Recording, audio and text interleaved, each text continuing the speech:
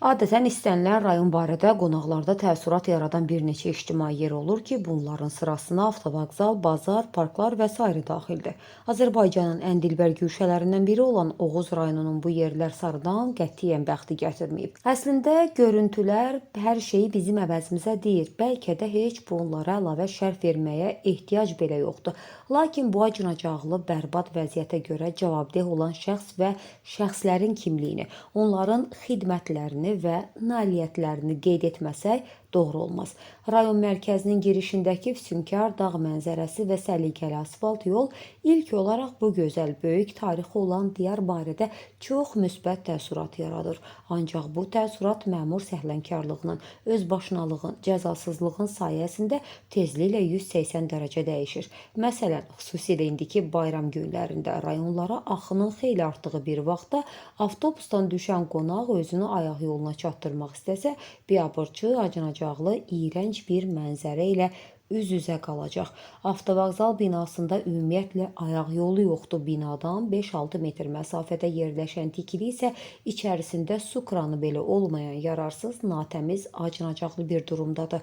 Onun ətrafı isə əsl zibilxanadır. Bir sözlə ərazi sözlə ifadə edilə bilməyəcək vəziyyətdədir və antisanitariya mənbəyidir. Rayonun mərkəzi bazarı da avtovağzaldakı ayaq yolundan çox da fərqlənmir. Artıq bəlkə də 10 illərdir bazar bərbad, uçulub dağılmış vəziyyətdədir.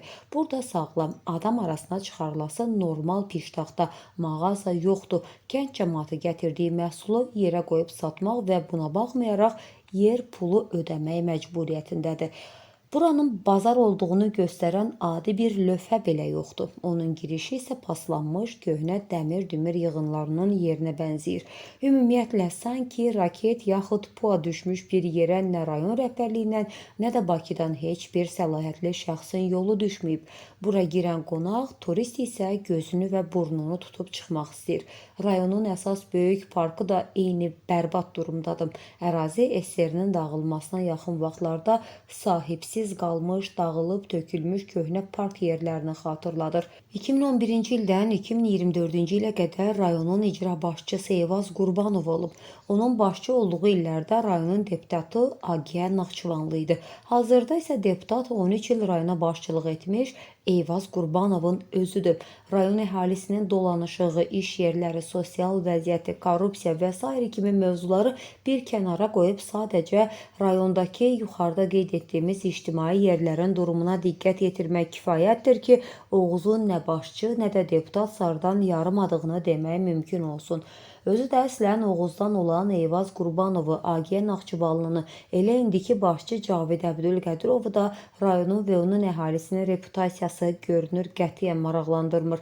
Maraqlandırmır ki, qonaqpərvər, mülayim, sakit və təmizkar əhalisi olan Oğuza gələn qonaq avtovağzaldakı ayaq yolunu, bazardakı antisanitariyanı, rayon parkının vəziyyətini görəndə yerli əhali barədə nə düşünür?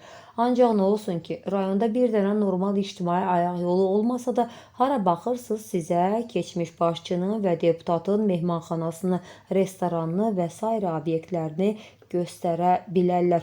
Rayona yeni başçının təyin edilməsindən artıq 2 ilə yaxın vaxt keçir.